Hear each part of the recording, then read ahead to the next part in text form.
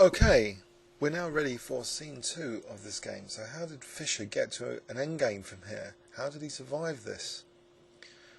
Okay, well his first move here was to play bishop h6, so inviting the seemingly horrible rook c3. The queen has to move, and now white played the seemingly logical f7, so that pawn's also horrible. It's also unleashing an attack on the bishop, so the bishop has to move. It moves to g7, and you know, white still has much better pieces and a massive grip on the position. Horrible hold on d5. White, his queen is though active on the diagonal. White now plays rook c to d3, and now bishop f8. And it's here that white decided to cash in on his advantage to win material. And I wonder if you can spot the move which Edgar Walther played here, if I give you 5 seconds starting from now. Okay, white cashed in with queen takes e5. So after d takes, rook takes d8, king a7. White's winning queen back now, rook 1 to d7.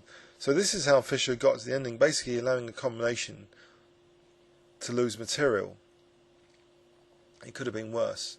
So it's 5 white pawns against 4 at the moment. But there's a nasty pin as well to contend with. So Fischer played h5, letting his queen go. And black's really tied up here, of course. That horrible pin. But we have reached an endgame of sorts. So opposite coloured bishops, a pawn down. Doesn't look so bad, were it not for the fact that black really can't do anything if white didn't allow him to do anything. So that's why it's kind of instructive. Fischer's made a point of this game, I believe, in his own documentation of it. So c3, king c7. Here, rook a8, going after another pawn. Now king d6, and I think it's here that really white could just build up very, very slowly and surely. For example, maintaining this pin, avoiding the dark squares. You know, white's king could maybe travel to e4, or maybe he can also consider other things like trying to create a pass pawn on the queen side. But he snaps up this pawn here, rook takes a6, which does seem very tempting as well. And in fact, well, if he doesn't, Fischer's maybe going to play king e7 in any case. But in that case, bishop g6, but then king f6. So maybe you know, white was wanting to just win more material because that's like concrete. So rook takes a6 does seem like a good move. Rook e6 check, king takes f7. So again, material situation is again just one pawn down, but all the pawns are split now. Isolated, isolated, isolated. White's got 3 to 1 on the queen side. So that's a potentially devastating pawn majority to have.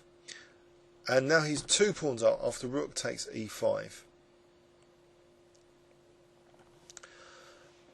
Okay, so this is an endgame position of sorts. White's quite ruthlessly, you know, one pawn after pawn, 2 pawns up, but it's opposite coloured bishops. And sometimes there's some drawing chances in such endgames. Now, I'm wondering whether to leave the final 23 moves for the next video. We could just review what happened here again from move 28 to move 40. So let's go back. So after the disaster of an opening, move 28, rook e3. White had played a very nice idea, it seems, just to play coming up here. Queen takes e5.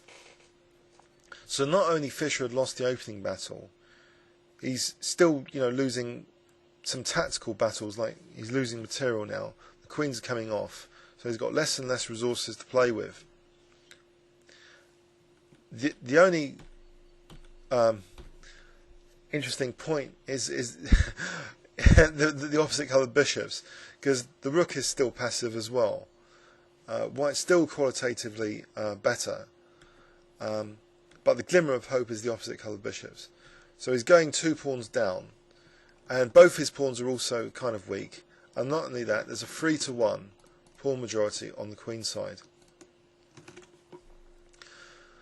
Okay, so we'll leave it at this position to focus in on what on earth happened in the next 23 moves, which arguably made this a really memorable game for Fischer. Okay, so please leave any comments or questions on YouTube so far. Thanks very much.